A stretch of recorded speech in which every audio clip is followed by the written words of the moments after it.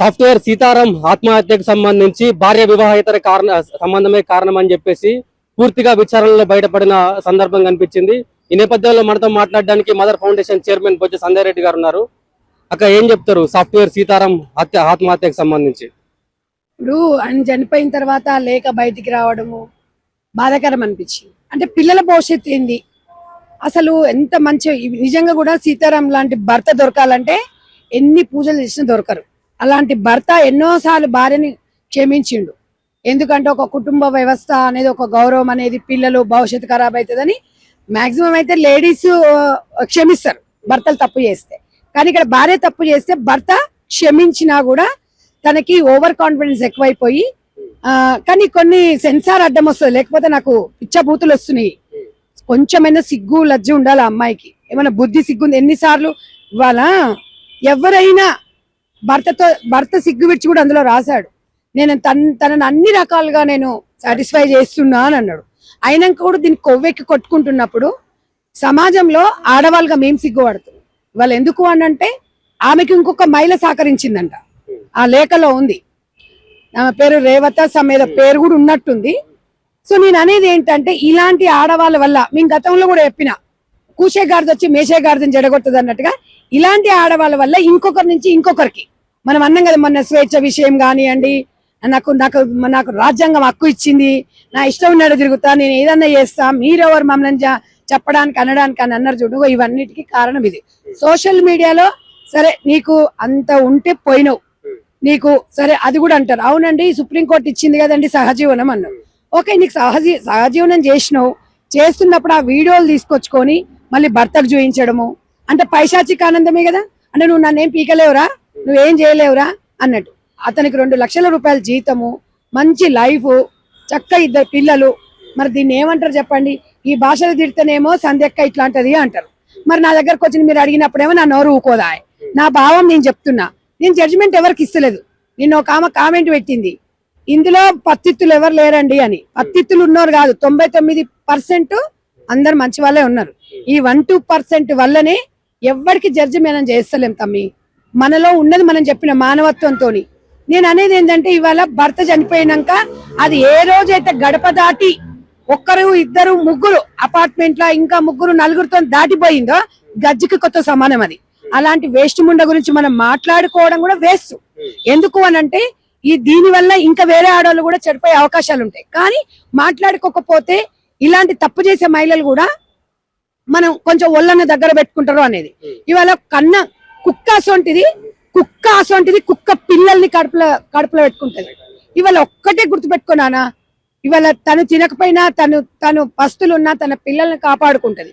ఇవాళ ఇక్కడ పరిస్థితి ఏంది, ఇవాళ భర్త చనిపోయిన నెల రోజులకే పిల్లల్ని తల్లి దగ్గర వదిలేసి అది దాని సుఖాన్ని చూసుకుందంటే అది అదే దాని సుఖాన్ని చూసుకుంది. దాని బొంద పెళ్లి, అదో పెళ్లి వాంతోనే ఉంటది. అది గ్యారెంటీ ఉందా వాంతోనే ఉంటదని? 6 మందితో ఉన్న ఆడిది ఒక్కరితో ఉంటదని మీరు ఎట్లా అనుకుంటారు? అది ఇప్పుడు భర్త 2 పిల్లలు ఉన్న తర్వాతనే అది 6 మందితోని మనకు తెలియదు. అందులో ఆయన రాసిన సారాంశాన్ని బట్టే మనం మాట్లాడుతున్నాం. ఎంత అనుభవించి వాడు నిజంగా చెప్తున్నా కదా, ఒక గొప్ప కొడుకు, గొప్ప కొడుకుని వాళ్ళు దూరం సమాజానికి పోయిన గొప్ప మనిషి. ఎందుకంటే గతంలో చాలా సిగ్గు శరం ఉందా అండి ఎవరైనా అంటే నేను మంచి పని చేసినా ఇంకొన్ని దగ్గర పోయొచ్చిన అని చెప్పేసి వీడియోలు తీసి సోషల్ మీడియాలో నేను అన్నది ఎందుకు, సోషల్ మీడియా ప్రభావం వల్ల ఆత్మహత్య చేసుకున్నాడు. ఇవాళ ఎవడైనా కూడా జడ్జిమెంట్ ఏం చెప్తారు, మొగడు సుఖ పెట్టట్లేదో, మొగడు చూసుకుంటలేదో, ఇంకోటి పోయింది అనే మాట మాట్లాడదు. ఈయన అన్ని మంచిగా ఇచ్చి అన్ని చేసినా కూడా బలిసిది పోయి ఇవాళ సమాజంలో మహిళలకు విలువ లేకుండా పోతుంది.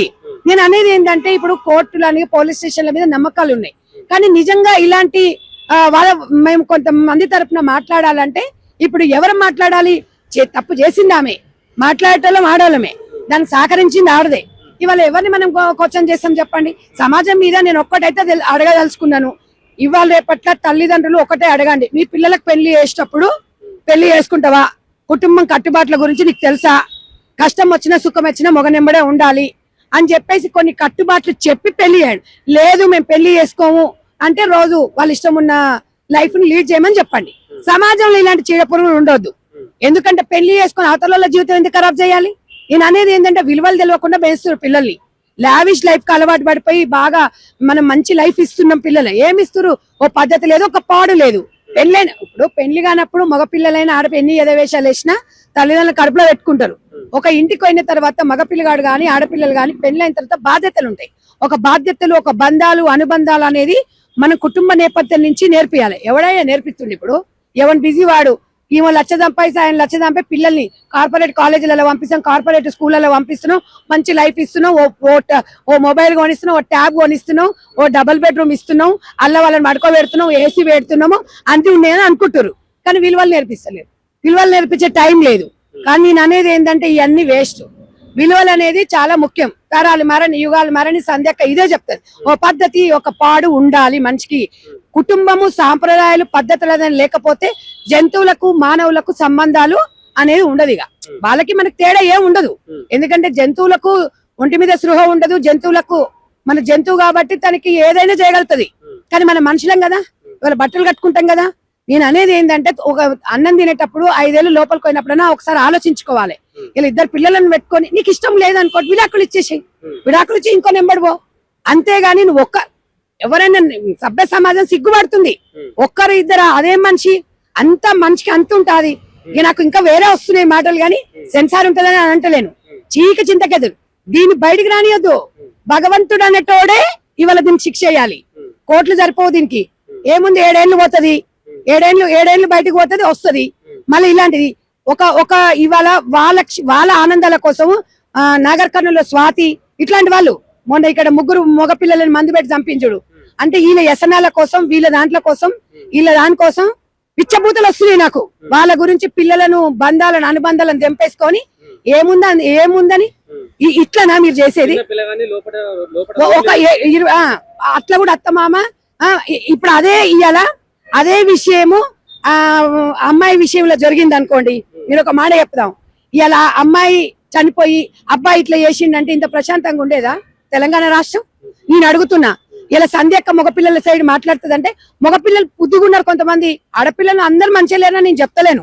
ఇగో ఈ ఆడపిల్లల విషయంలోనే, ఎందుకంటే నేను నువ్వు సమానం సమానం సమానం అంటారు కదా, ఆ సమానం ఉండాలి. ఎందులో ఉండాలి?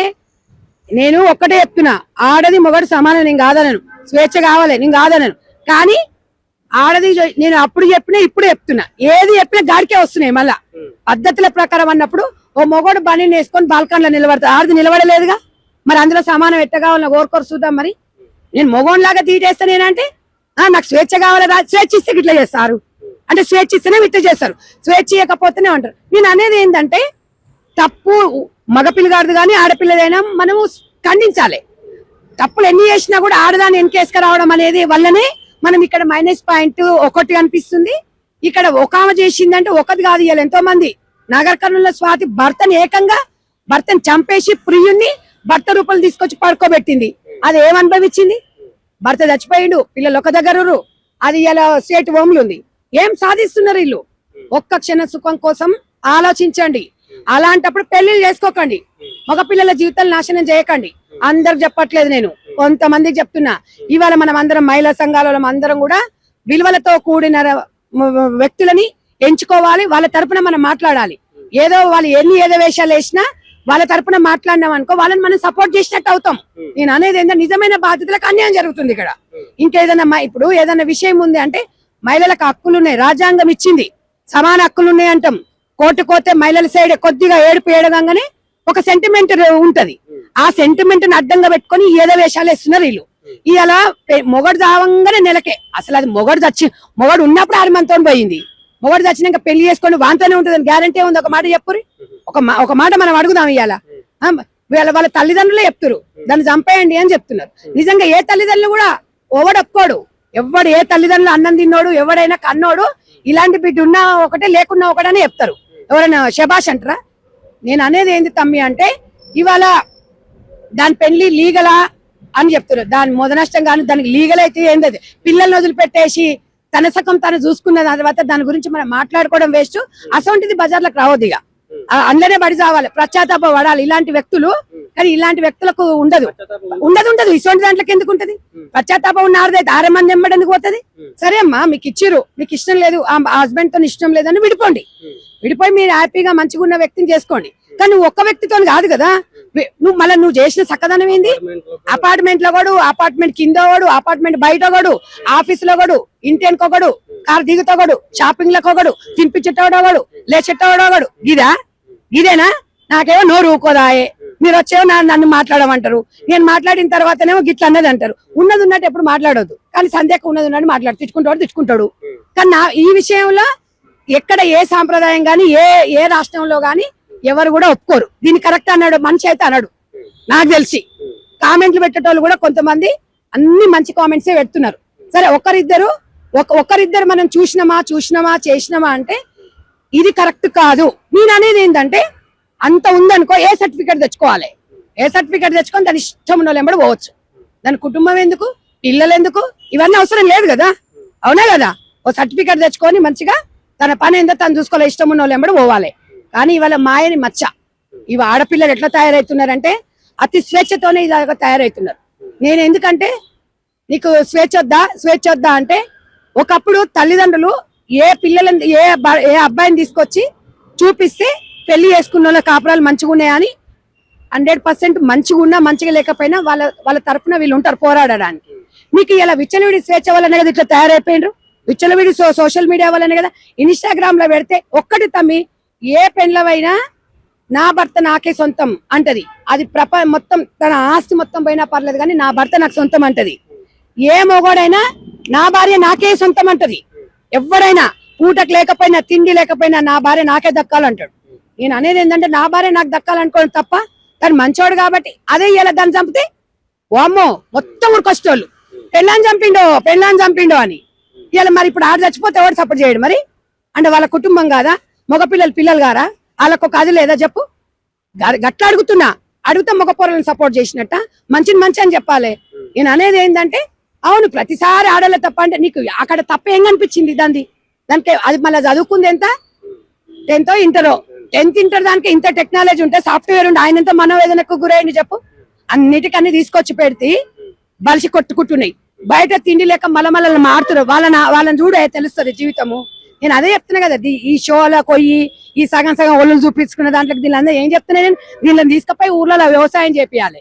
వ్యవసాయం ఎండలకు చేపిస్తే అప్పుడు అనేది తెలుస్తుంది. వీళ్ళకి కష్టం లేకుండా మొగని ఇట్లా బెంచుంటే ఇట్లా బరిదెగించిపోతున్నాయి. అమితమై చాలా ఇష్టపడ్డ వ్యక్తి తెలుసా. అది ఎట్లా పోయినా సరే నా భార్య నాకు ఉండాలనుకోండి. కానీ మరీ ఘోరంగా ఇన్స్టాగ్రామ్ లో పెట్టిన తర్వాత మనస్తాపం అనేది ఉంటది. ఆ సిచ్యువేషన్ లో ఏం చేస్తున్నా నేను చెప్తున్నా కదా, మానవత్వం లేనోడు అంటే ఎవడని ఉంటాడో ఒకడో ఇద్దరో మనకు తెలియదు. కానీ ఏదేమున్నా కూడా స్థితి మించిపోతుంది. 2-3 రోజులు కార్లో తీసుకుపోయిందంటే ఇన్స్టాగ్రామ్ లకి వెళ్ళి తీసేయమని కూడా చెప్పింది. ఫస్ట్ దీన్ని ఇన్స్టాగ్రామ్ లో పెట్టిన ఫస్ట్ వాణి కోసిపడేయాలి. అదే రమణారెడ్డి గానికే చెప్తున్నా, ఎవడో రెడ్డో బొడ్డో ఎవడైతే ఏంది, వాని కుటుంబాన్ని నిలవేయాలి. సిగ్గుశరం ఉన్నారా ముండగొడుకులారా మీకు? ఆడపిల్లలను వాడుకొని ఇన్స్టాగ్రామ్ లో పెట్టగానే మోగోడు అయిపోతారా మీరు? సిగ్గుండాలి కొంచెం. ఇలా పెళ్ళయిందా వాడికి? వాడికి పెళ్ళి అయింది, అనుకో కుటుంబం ఉంటది. ఏం చేయమంటావు ఇప్పుడు? అక్కడ ఆడిది బలే, ఇక్కడ ఆడిది బలే. ఇప్పుడు వీళ్ళ తల్లి బాధపడాలి, వాళ్ళ కుటుంబం. సిగ్గులు వీళ్ళకు? ఏం మనుషులు కాదు గాడిదలా? ఏం మానవత్వం లేకుండా అదైపోతారు, మృగాలలాగా అవుతారు. కొంచెమైనా బుద్ధి తెచ్చుకోండి. మీకు స్వేచ్ఛ కావాలనుకుంటే పెళ్లిళ్ళు చేసుకొని తలగొడకండి. పోండి, మీ ఇష్టం ఉన్నట్టు తిరుగురు. రోజు ఎవ్వరు పట్టించుకోండి మిమ్మల్ని. ఒక కుటుంబ నేపథ్యం అనేది బంగారం లాంటి. ఆ పిల్లలను చూస్తే, వాళ్ళ తండ్రిని చూస్తే బాధేస్తుంది. వాళ్ళ అమ్మ ఎంత ముద్దుగా, వాళ్ళు ఎంత బాగా చెప్తున్నారు. ఇవాళ రేపట్లో అత్తమామ టార్చర్ పెడుతున్నారు అన్న వాళ్ళు ఉన్నారు. కానీ ఇంత బాగా చూసుకుంటాం కూడా చూడాలి మనం. అందరు టార్చర్ ఏం లేదు. ఇవాళ రేపట్లో అమ్మాయిలు మేము మీది తినాలి మాది తినాలి అన్నట్టుగా, మీరు బీటెక్లు మేము బీటెక్లు, మీరు సాఫ్ట్వేర్ మేము సాఫ్ట్వేర్ అని చెప్పి సమానం హక్కులు అని చెప్పేసి మొత్తం మీ జీవితాలు మీరు విచ్ఛిన్నం చేసుకుంటారు. దాని షోక్లలో అది పోయింది. ఆయన చచ్చిండు, పిల్లలు ఆగమయ్యారు. ఇది ఇక్కడ. అందుకనే పిల్లల గురించి బాధపడి ఒక తల్లిగా నేను బాధపడి మాట్లాడుతున్నా తప్ప నేను ఎవరికి జడ్జిమెంట్ ఇయ్యనండి. సంధ్యక మనసులు ఉన్నది చెప్తుంది అంతే తప్ప, సమాజంలో మీరందరూ కూడా ఆలోచించండి. ఇలాంటి బిడ్డ, ఇలాంటి ఏం పేరు దాని పేరు, రేణుక లాంటి బిడ్డ ఎవరికి ప్రపంచంలో ఉండకూడదండి. నేను చెప్తున్నాను కదా, చిత్త కత్తి కుక్క కన్నా అధ్వానం అది.